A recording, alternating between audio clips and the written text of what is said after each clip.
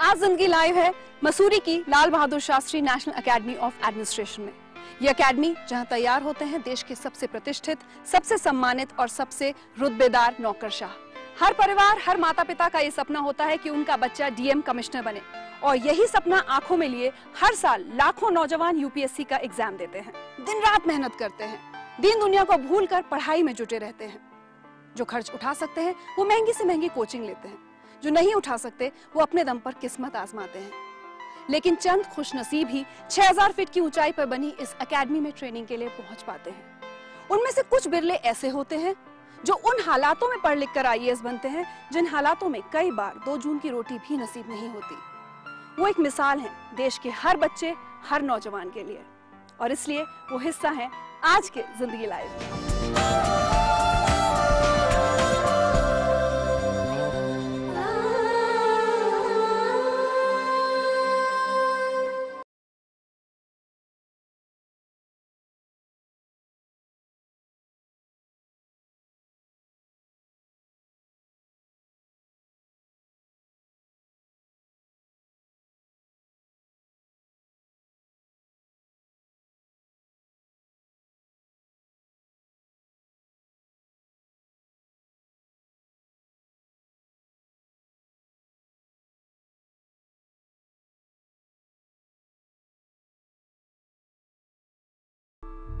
झारखंड के एक छोटे से गांव के एक छोटे से किसान का बेटा देश का सबसे बड़ा इम्तिहान पास कर गया।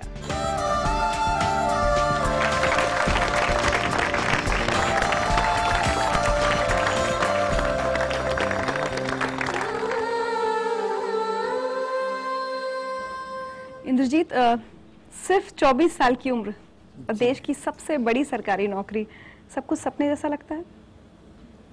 जी, ये एक सपना था, देखा गया, जो हमने 4वीं 5वीं कक्षा में देखा था। लेकिन काफ़ी सारी चीज़ें मेहनत के साथ जिस तरह से करते थे, लेकिन लगता था कि पूरा हो जाएगा।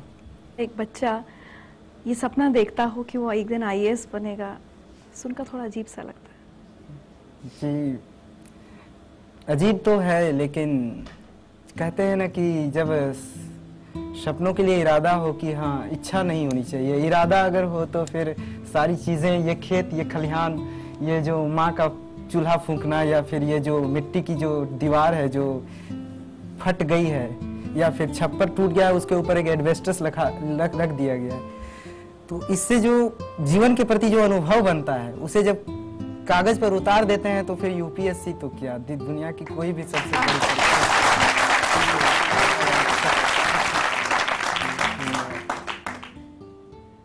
कब, कैसे सोचा था आईएएस कुछ होता है? ये भी कैसे पता था? गांव में तो पता नहीं होता लोगों को। जी, एक्चुअली जब मैं 5वीं कक्षा का छात्र था तो उस समय एक चैप्टर हुआ करता था कि जिला प्रशासन।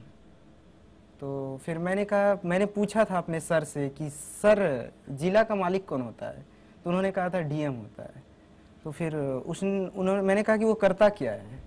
तो उन्होंने कहा कि वो सड़क देता है, बिजली देता है, जिनके जो भूखे हैं उनको रोटी देता है, पानी देता है, ये सारी सुविधाएं उपलब्ध कराता है। तो उस दिन से हमारे मन में ये इच्छा हुई थी उस समय कि जो मुझे भी आईएएस ही बनना है। गांव से इससे पहले कोई, मुझे लगता है कि कितने पढ़े लिखे लोग निकले होंगे आपके गांव से? बहुत कम जो पढ़ने के लिए बाहर गए होंगे। मेरे बोकारो जिले की ये पहली घटना है कि किसी गाँव के लड़के ने, मतलब है कि सफलता, पिछले 60 साल के इतिहास में पहली सफलता केवल प्योर गांव से है।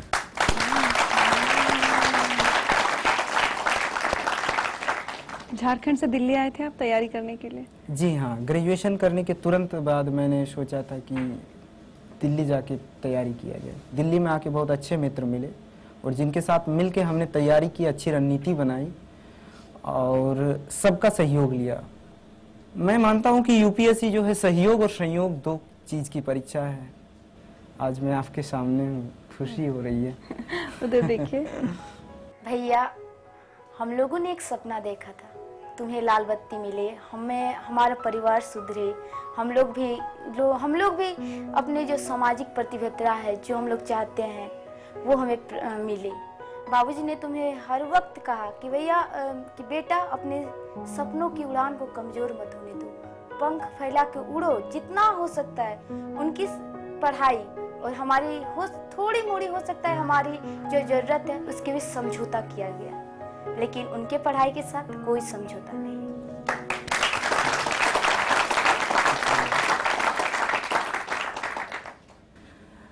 संघर्ष हमारे जीवन में बहुत ज्यादा रहे हैं, लेकिन हमारी पढ़ाई को लेके हमारे बाबूजी ने कभी भी मतलब है कि कोई समझौता नहीं किया। उसके लिए उन्हें जो भी करना पड़ा। एक समय ऐसा था कि रहने के लिए घर नहीं था, तो फिर स्थिति ऐसी आई कि कैसे रहा जाए, मतलब कैसे क्या हो जाए। तो माँ लोग चली गई मामा घर, माँ और दोनों छोटी बहन। हम नहीं गए क्योंकि हमारी पढ़ाई थी। 5वीं कक्षा का मैं विद्यार्थी था उस समय। तो मुझे आज भी याद है कि एक आदमी केवल सहयोग के लिए लिया गया था और बाकी ईंट मैं पकड़ाता था। बाबूजी खुद कर नहीं लेते थे और खुद मिट्टी का गारा से बनाया गया घर है ये, और खुद ये सब किए थे। तो ये सब जिंदगी के अनुभव है। मैं इसे कभी भी संघर्ष मानता हूँ इसको। दुख नहीं है, ये संघर्ष है। दुख और संघर्ष में अंतर ये होता है कि दुख होता है कि जिसकी क्षतिपूर्ति नहीं हो सके, किसी माँ के लिए उसके बेटे से अलग हो जाना या असामयिक मृत्यु, ये सब दुख है। लेकिन ये तो जीवन के अनिवार्य अंग है, इसको संघर्ष कहते हैं और संघर्ष हर एक के जीवन में है।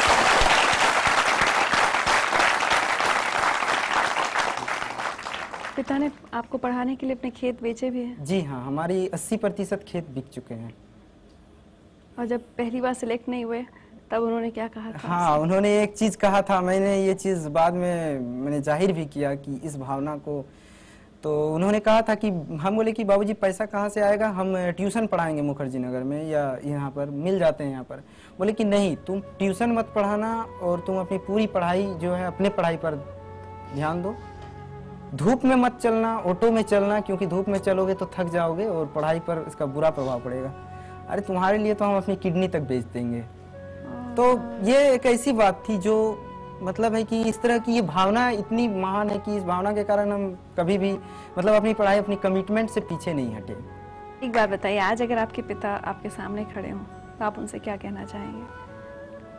देखिए, मेरे बाबूजी तो अभी मेरे गांव में हैं और शायद अगर इस प्रोग्राम को वो देख रहे होंगे तो मैं उनसे यही कहूंगा कि मेरी सफलता से अलग आपके बेटे होने में मेरी सार्थकता है और बस इसी सार्थकता को जीवन भर महसूस करना चाहता हूं।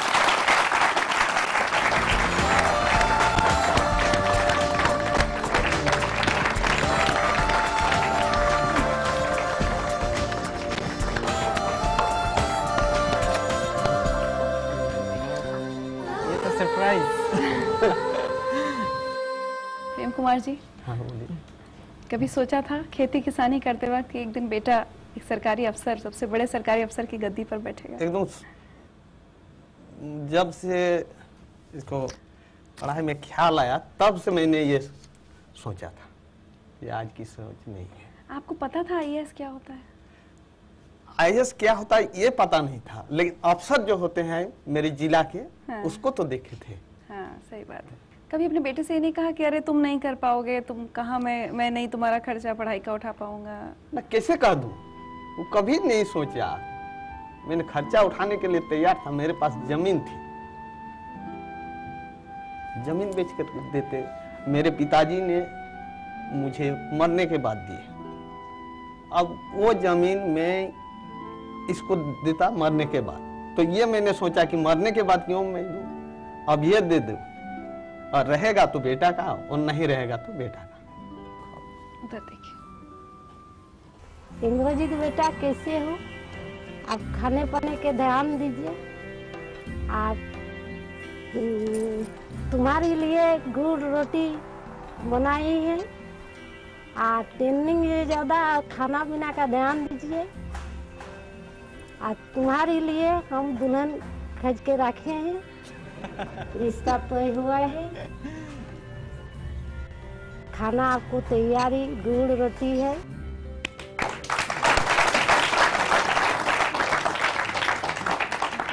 गुड़ रोटी खाने का शौक है? हाँ जी, हाँ। बहुत गुड़ रोटी खाता था। आपसे सारे देश के पिता सीख लें, एक मिसाल कायम की है आपने कि किस तरह से एक पिता अपने बेटे से ये तक कहता है कि मैं ये नहीं कहेंगे कि कोई अपनी किडनी बेचे, लेकिन आपने एक मिसाल कायम की है कि अपना सब कुछ कुर्बान कर बेटे को पढ़ाया, खेत बेचे। आज जिंदगी लाइफ की तरफ से आपको सम्मानित किया जाना है।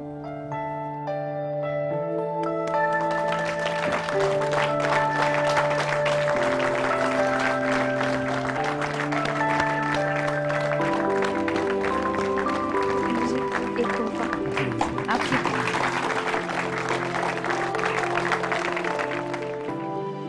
जैसे आईएएस बने ना तो ये बोला यार थानेदार की नौकरी छोड़ देंगे क्या अब?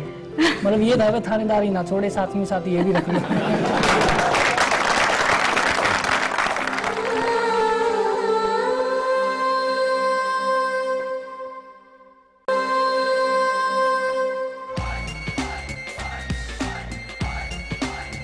ये हजारों की भीड़, ये रंग गुलाल, ये फूल मालाएं किसके लिए हैं? ये लोग किसको सराखों पर बिठाए हुए हैं? किसके स्वागत के लिए हरियाणा के उझाना गांव के लोग पलकें बिछाए बैठे थे? ना वो कोई नेता है, ना अभिनेता। हजारों की इस भीड़ का हीरो है कुलदीप सिंह चहल। वो कुलदीप जो इस गांव का लाडला है, वो कुलदीप जो इस माँ का बेटा है, वो कुलदीप जो इस घर में पला बढ़ा, जो इन गलियों में खेला, जो इस स्कूल में पढ़ा लिखा। वो कुलदीप जो अपने पिता का नाम रोशन करने के लिए एएसआई बना। पिता खुश थे कि बेटा थानेदार बन गया है, लेकिन कुलदीप की मंजिल एएसआई नहीं, आईएएस थी।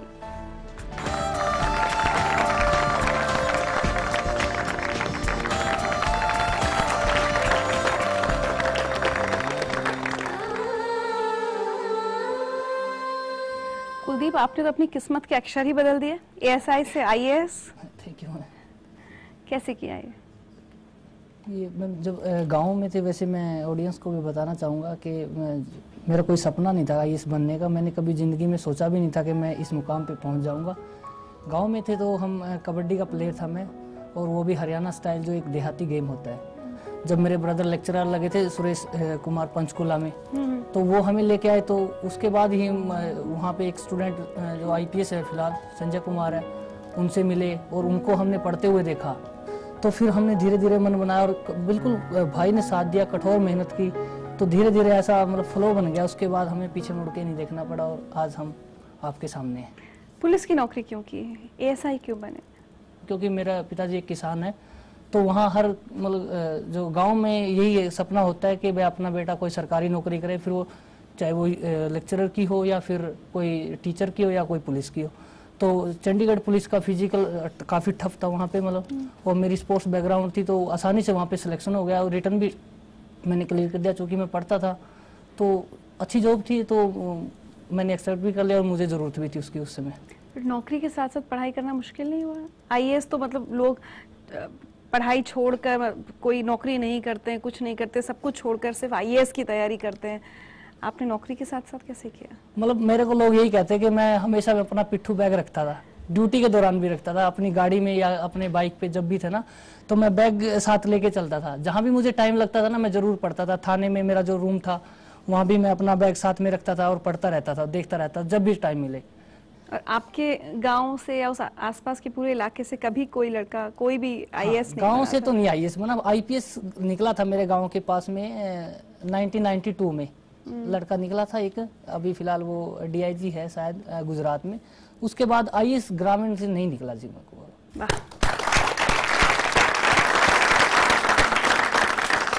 आइए आपको कुछ सुनवाते हैं उधर। मैं अपने भाई को ये मैसेज देना चाहता हूँ, निश्चित तौर से हर साल यूपीएससी के नतीजे आते हैं। बहुत से जो लोग हैं जो आईएएस ऑफिसर बनते हैं, आईपीएस बनते हैं, आईएफएस बनते हैं। जैसे मैं आपको एक उदाहरण देना चाहता हूँ, आईपीएस ऑफिसर तो बहुत बने, लेकिन किरण बेदी को आईपीएस के नाम से जाना जाने लगा। तो मैं भी चाहता हूँ कि मेरा भाई कोई ऐसा काम करे समाज के लिए, सोसाइटी के लिए, लोगों के लिए, जो एक अपना अलग तरीके से जाना जाए, ऐसी पहचान वो छोड़े।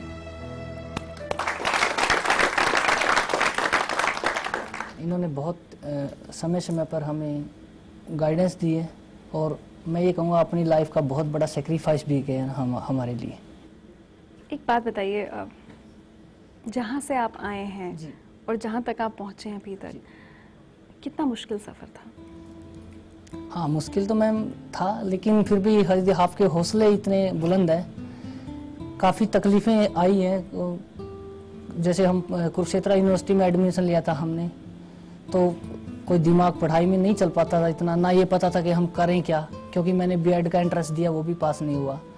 तो मतलब ये एक सोचने वाली बात है। मैं फिर एमए सेकेंड ईयर में, जैसे ही मैं एमए सेकेंड ईयर में कुरुक्षेत्र यूनिवर्सिटी में हुआ, तो मेरा एक साल बहुत फ्रस्ट्रेशन में गुजरा। मुझे ये नहीं पता था कि मुझे क्या करना है।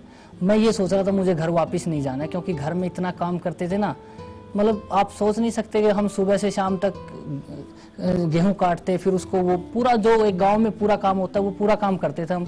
ये आपने किया है सारा? बिल्कुल, एक मैंने हल तो मैंने चलाया नहीं, बाकी हर काम किया। धान की खेती लगाते थे, मतलब कोई ऐसा काम नहीं है जो एक मजदूर नहीं करता वो मैंने ना किया हो। हमारे घर में मैं आपको बता रहा हूँ 6 बजे से या 5 बजे से ज़्यादा किसी को सोने नहीं देते घर वाले, खास कर मेरे मम्मी डैडी है ना। तो जब हम सुबह उठते थे ना, वहाँ आमतौर पे अपने बच्चे को ऐसे लाड में उठाते हैं, बस सुबह उठो चाय पियो। हमारे यहाँ ऐसा नहीं था। हमारे यहाँ बड़े स्ट्रिक्ट रूल है, और हम आप सो रहे हैं तो आपको सिर्फ चारपाई से जाएंगे, बाजू पकड़ेंगे और ऐसे सीधा खड़ा कर देंगे, बस ये रूल है। वो आपको मतलब सोने नहीं देंगे। हो सकता है मतलब ये एक शुरू से ही मतलब ऐसा एक मेहनत करने का जो आदत रही है। हाँ बिल्कुल, शुरू से ही हमारे खानदान में ऐसे ही है कि मेहनत करते हैं ज़्यादा। और मेरे पिताजी तो खास कर हमें ये नहीं पूछते थे कि आप पढ़ाई कर रहे हो, आपको ये पता होना चाहिए भैंसों को पानी पूरी तरह पिलाओ, बस पढ़ो ना कोई बात नहीं है। मतलब भैंसों का उनके प्रति बड़ा लगाव था, और आज भी बरकरार है वो।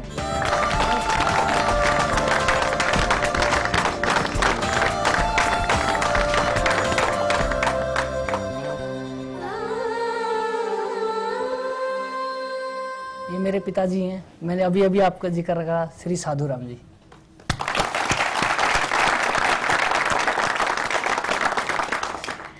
साधुराम जी, जब पहली बार आपके बेटे ने आपसे कहा कि ये आईएएस बन गया है, तो आपने क्या कहा था?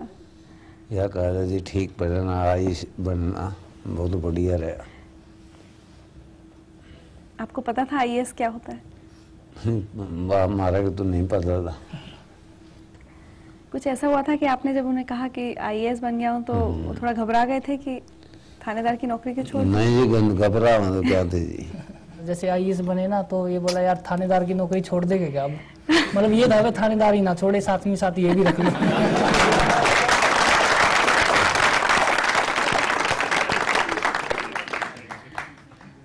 कुलदीप के बारे में कुछ बताइए। बचपन से खूब डांट डपट के रखा आपने, पढ़ते थे? बहुत पढ़े करता जी, पढ़ाई करते थे? हाँ, मैं जी तला उठे नहीं करता, सवेरे ठह देंदा, उठ कर फिर काम बहुत करता, बहुत काम करके फिर भी स्कूल में जाता। मैं कहता पानी पिया के लिया मैं सबको। मैं अभी अभी जिक्र कर रहा था ना, मैं पानी जरूर पिला के जाओ, आप स्कूल में थोड़ा लेट जाओ, कोई बात नहीं है।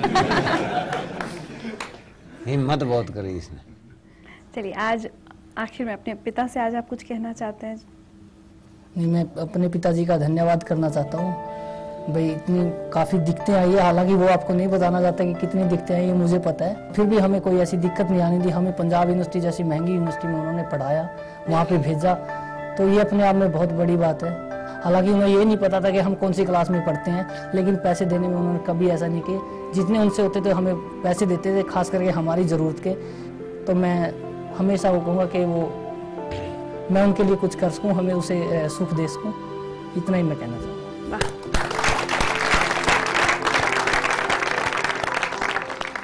साधुराम जी, आपने अपने बेटे के लिए इतना कुछ किया है, ऐसे संस्कार दिए हैं, ऐसा बेटा इस देश को दिया है जो देश की सेवा करेगा। हम आज आपका सम्मान करना चाहते हैं जिंदगी लाइफ।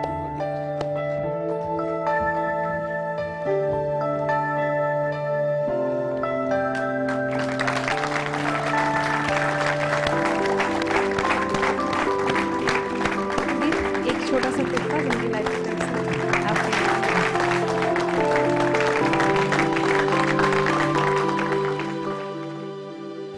जो सपना था उसको ईश्वर ने पूरा किया और हम बहुत खुश हैं। हम क्या, हमारा पूरा परिवार बहुत खुश है।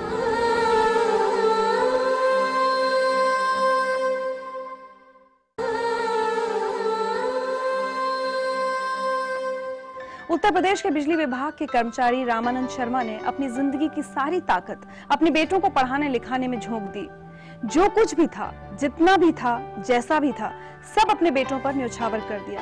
एक दिन बेटे अतुल ने अपने बीमार पिता को वो खबर सुनाई जिसने उनका सारा दुख दर्द दूर कर दिया।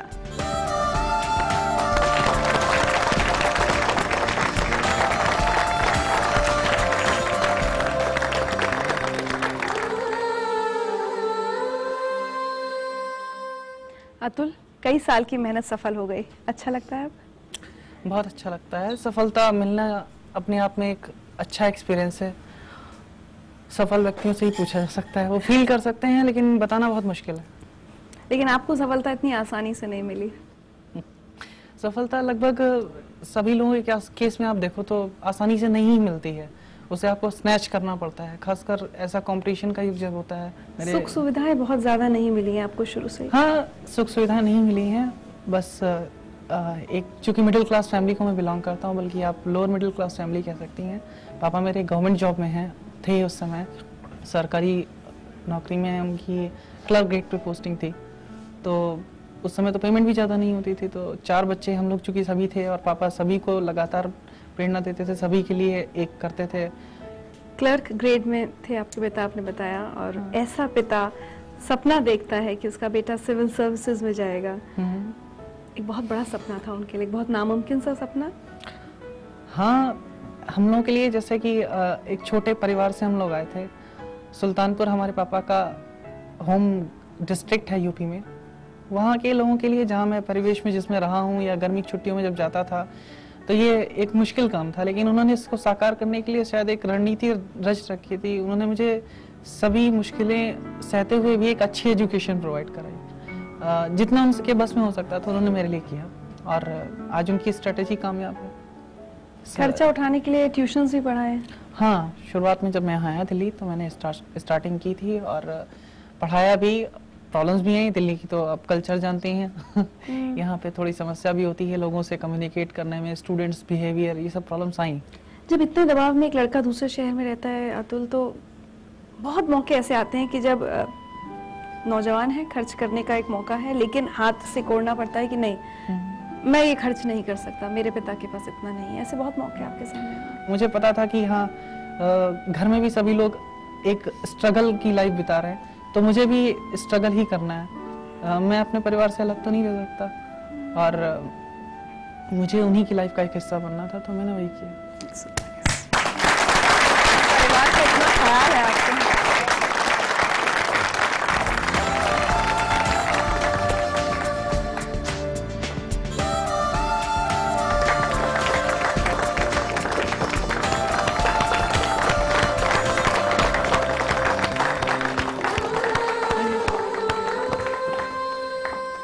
ये मेरे पापा हैं, श्री रामानंद शर्मा।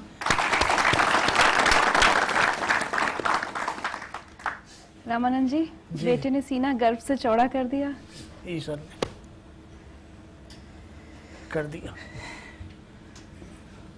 हमेशा से आपका सपना था ना बेटा सिविल सर्विसेज में जाए? हमेशा से था, और जो सपना था उसको ईश्वर ने पूरा किया। और हम बहुत खुश हैं। हम क्या, हमारा पूरा परिवार बहुत खुश है। आज लगता है कि मेरा बेटा एक आदर्श बेटा है, इसने आज तो मुझे फख्र महसूस करने का मौका आज दिया। तो फख्र है ही है। आज हमें हर माने में यह है कि इतनी मुसीबत से के किसी तरह से ये अपना हमारे सामने ऐसा गौरव खड़ा कर दिया है, जिससे कि हम क्या, जो सुनता है, दुनिया सुनती है, तो उसको भी नाज होता है। पैरालिसिस का अटैक कब पड़ा? ये सन 2 में पड़ा है, 2002 में। 7 साल हो गए। हाँ। अतुल, पापा की बीमारी की वजह से भी बहुत दिक्कतें आई घर में? उस समय काफ़ी दिक्कतें आई थी। पहली बार जब ये सब हुआ तो हॉस्पिटल की फीस जमा करना वगैरह में ये हुआ कि इधर उधर से अरेंज करना, क्योंकि ये तो पैरालिसिस हो चुकी थी तो ये साइन भी नहीं कर सकते थे। अगर बैंक में कुछ पड़ा भी हुआ था तो ही कुड नॉट साइन, तो पैसे भी नहीं निकल सकते थे, तो इस वजह से प्रॉब्लम बहुत ज़्यादा हुई। इस सब दिक्कतों के बीच आपको अपनी पढ़ाई लिखाई करते रहना था? हाँ, मेरा MA का एग्ज़ाम उस समय चल रहा था। मैंने BSc के बाद MA किया, तो MA का जब एग्ज़ाम चल रहा था तो उस समय फाइनल ईयर्स चल रहे थे मेरे, तो दिक्कत तो हुई। लेकिन कहते हैं कि चूँकि अच्छी फैमिली मिली थी, हम लोग चारों भाइयों के अंदर इतना अच्छा कोऑर्डिनेशन है। भैया ने इस चीज़ को समझा, वो लगातार वहाँ प्रेजेंट रहते थे। उन्होंने मुझे बिल्कुल फ्री कर दिया था, और ये छोटे भाई तो क्या कहूँ, कांट से एनीथिंग। अतुल, उधर देखिए। मेरा मन यही करता है कि अतुल तुम यहाँ आ जाओ, एक बार तुम्हें देख लियो, उसके बाद फिर तुम कहीं भी जाओ। बहुत ही देखने का मन कर रहा है। इतने दिन हो गए हैं, अभी तक तुम आए नहीं। फोन से ही काम चल रहा है, ऐसा अच्छा नहीं लग रहा है। ऐसा लगता है कि खुशी कम हो रही है।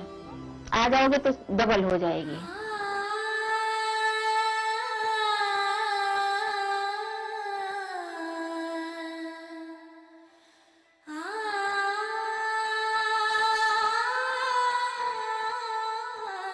माँ इंतजार कर रही है तो आज कह रही हैं, पहले तो कभी कहा ही नहीं। जानते नहीं यहाँ ज्यादा जरूरी काम बचा हुआ है, उन्हीं की प्रेरणा है, उन्हीं का सब दिया हुआ है जो आज मैं सफलता से बैठा हुआ हूँ। और मैं मनाता हूँ कि भगवान हर किसी को ऐसे ही ना दे।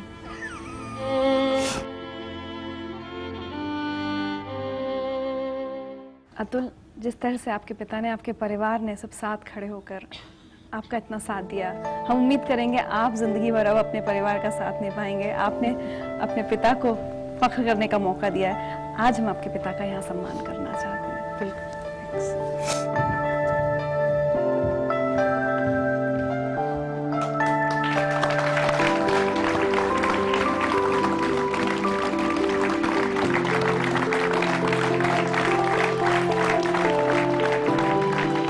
एक तोहफा जिंदगी लाइफ की तरफ से आपके लिए। Thank you.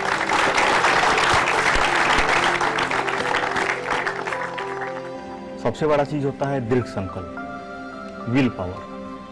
और आईएएस तो बहुत छोटी चीज है, अगर आदमी के पास विल पावर हो तो बहुत कुछ प्राप्त कर सकता है।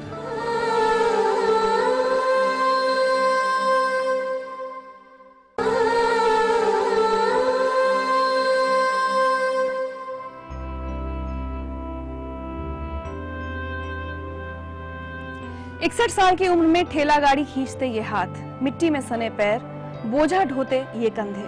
मुरारी प्रसाद गुप्ता पिछले 40 साल से बिहार के एक छोटे से गांव में ठेला चला रहे हैं। यही इनकी रोजी रोटी है। गांव के लोग कई साल से इन्हें पागल कहते आ रहे हैं, इनका मजाक उड़ाते आ रहे हैं। जानते हैं क्यों? क्योंकि इन्होंने एक ऐसा सपना देखा जो एक आम मजदूर सोच भी नहीं सकता। बेटे को बड़ा सरकारी अफसर बनाने का सपना। शायद इन्हें देखकर इनके सपने पर कोई भी हंसेगा, आप भी। लेकिन आज आप इन पर मत हंसिएगा, क्योंकि आज ये पागल मजदूर एक आईएएस ऑफिसर का पिता है। ये कहानी है एक साधारण मजदूर के असाधारण बेटे संतोष कुमार गुप्ता की।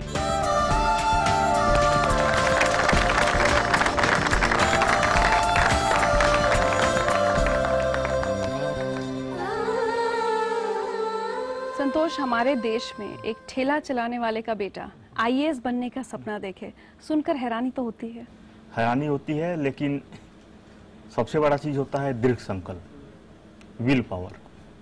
और आईएएस तो बहुत छोटी चीज है, अगर आदमी के पास विल पावर हो तो बहुत कुछ प्राप्त कर सकता है। बहुत मेहनत की है आपने? मेहनत तो बहुत की है, क्योंकि हमारे पास अपना हमारा सामाजिक, आर्थिक और शैक्षणिक पृष्ठभूमि इस तरह का था कि कोई प्रॉपर गाइडेंस नहीं था बताने वाले, क्या चीज़ तैयारी करना चाहिए, क्या चीज़ पढ़ना चाहिए, क्या चीज़ नहीं पढ़ना चाहिए, कौन सा विषय लेना चाहिए। नहीं हमारे पास ट्यूशन कोचिंग मौजूद थे कि हम बाहर में, नहीं हमारे परिवार में कोई पढ़ा हुआ था, हम अपने परिवार के बड़े लड़के। तो हम भटकते भटकते अपना रास्ता हमने स्वयं तलाशा, हमने स्वाध्याय किया। संघर्ष में ही हम सौंदर्य को भी देखे, संघर्ष में हमने सफलता को भी देखा, और लग रहा था अंदर से पूरी तरह विश्वास था कि हमें सफलता निश्चित मिलेगी, और मिल भी गया। अपने माता पिता को कितना श्रेय देते हैं आप अपने इस सफलता के लिए? इस सृष्टि में आने में ही माता पिता का पूरा श्रेय है। और रही बात सफलता में, तो सफलता का पूरा सहयोग माता पिता का है। उनका सहयोग से ज़्यादा उनका आशीर्वाद है, और ईश्वर का भी आशीर्वाद है। आपसे कोई मिलने आया है?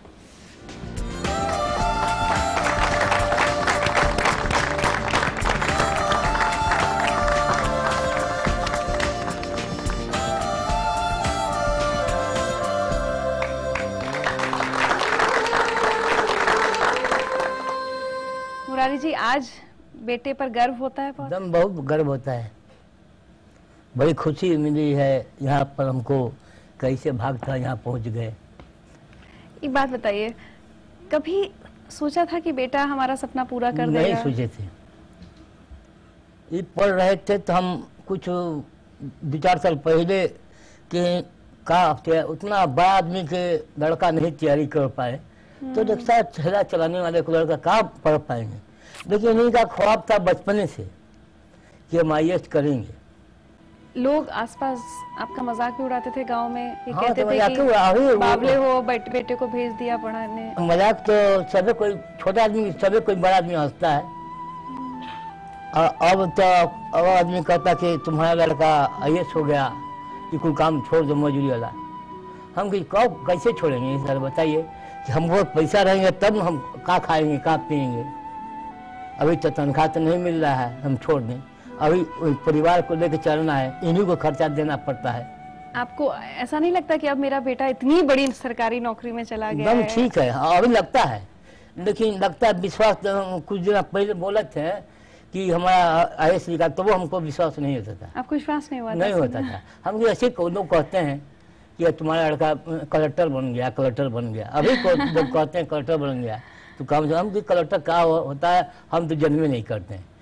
संतोष, सुनकर कितना अजीब सा लगता है। आपके पिता को ये नहीं पता IAS का मतलब क्या है, और ऐसे पिता का बेटा देश का सबसे मुश्किल इम्तिहान पास कर लेता है। हम तो यही कहते हैं इनको कि आप बढ़िया बढ़िया काम कीजिए और खुशी होगा, ईमानदारी से काम कीजिए, सबको भलाई कीजिए, घूस मत कमाइए, मेहनत करिए, जो मजदूरी है कोई घूस मत किसी को दीजिए। संतोष, हमने सुना आपने बाल रस्सी से बांध लेते हाँ, थे? रस्सी से बचपन में पढ़ रहे थे ना, हम लोग हिंदू में चुन्नी रखते थे। और चुनिया सोतरी बांध के ऊपर चौकी के खड़ा कर बांध देते थे। ऐसे नहीं दुकानें तो जगह पढ़ते थे। पढ़ाई के देखिए माहौल वही है। मुरारी प्रसाद जी, दुनिया ने भले ही आपका आज तक बहुत मजाक उड़ाया हो, लेकिन जिंदगी लाइव की तरफ से हम आपको सम्मानित करना चाहते हैं। मुरारी प्रसाद जी,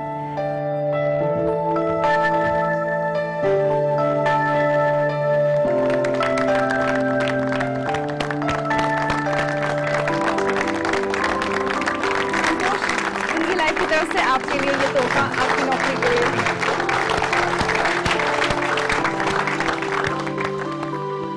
मैंने इस लड़ाई को भावना से जीता है, इमोशंस। ये सबसे बड़ी ताकत रही है मेरी। मैं अपने माता पिता और अपने बहन, अपने शिक्षकों को ये सफलता समर्पित करता हूँ।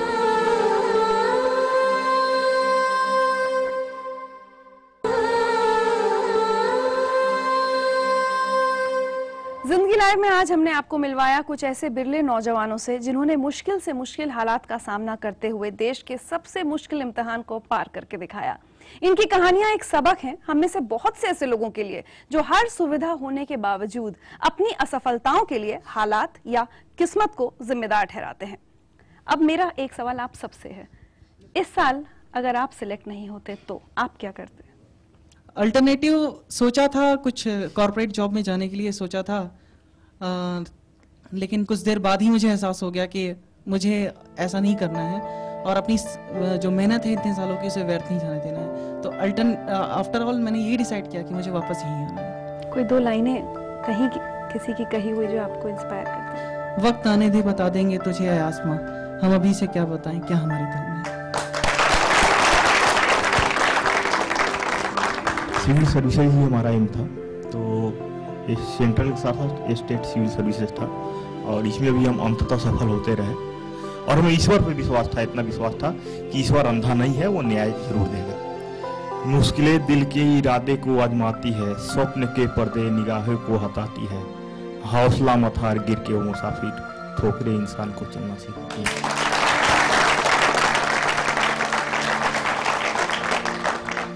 इंद्रजीत, पापा की किडनी तो नहीं बिकवानी थी ना? इस साल अगर सिलेक्ट नहीं होते तो? इस बारे में मैं एक चीज कहना चाहूंगा कि मैं हमेशा क्रिकेट तो मैं खेलता था और क्रिकेट खेलने के दौरान मैं पॉइंट पर फील्डिंग करता था जहां से केवल विकेट का एक ही सिरा दिखता था। तो पॉइंट से जब भी मैं गेंद फेंकता था तो मैं 4 गेंदें जरूर फेंकता था, खेल शुरू करने से पहले या खेल के अंत में। तो जब भी मैंने 4 बार गेंदें फेंकी तो जरूर एक बार लग जाता था गेंद। तो मुझे पूरा विश्वास था कि 4 अटेम्प्ट दूंगा तो एक अटेम्प्ट मेरा होगा। क्योंकि मेरा एक अनुभव था, भले ही वो अनुभव यूपीएससी में नहीं रहा हो, लेकिन ये अनुभव था। मैंने इस लड़ाई को भावना से जीता है, इमोशंस। ये सबसे बड़ी ताकत रही है मेरी। मैं अपने माता पिता और अपने बहन, अपने शिक्षकों को ये सफलता समर्पित करता हूँ। वैसे मुझे पूरा यकीन था कि मैं सिलेक्ट हो जाऊंगा, लेकिन मेरे पास यदि ना होता तो एक चांस और बचा हुआ था। यदि फिर भी ना होता तो कोई बात नहीं, क्योंकि मैं चंडीगढ़ पुलिस में थानेदार तो था ही।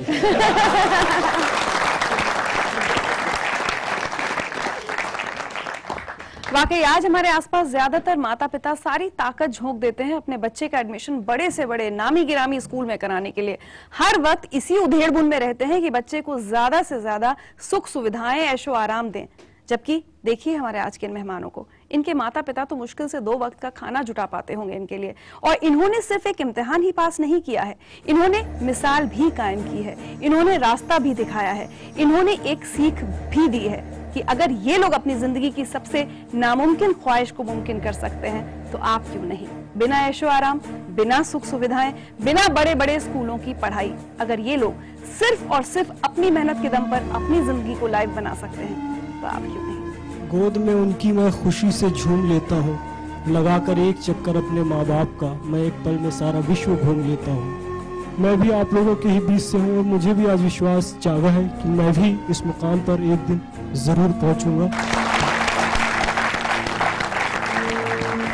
आप लोगों से बातें करके, इतना सब कुछ सुन के बस एक ही चीज़ लगती है कि अगर आंखों में सपने हों और मन में कुछ कर गुजरने की चाह, तो मंजिल तक पहुंचने से आपको कोई ताकत नहीं रोक सकती।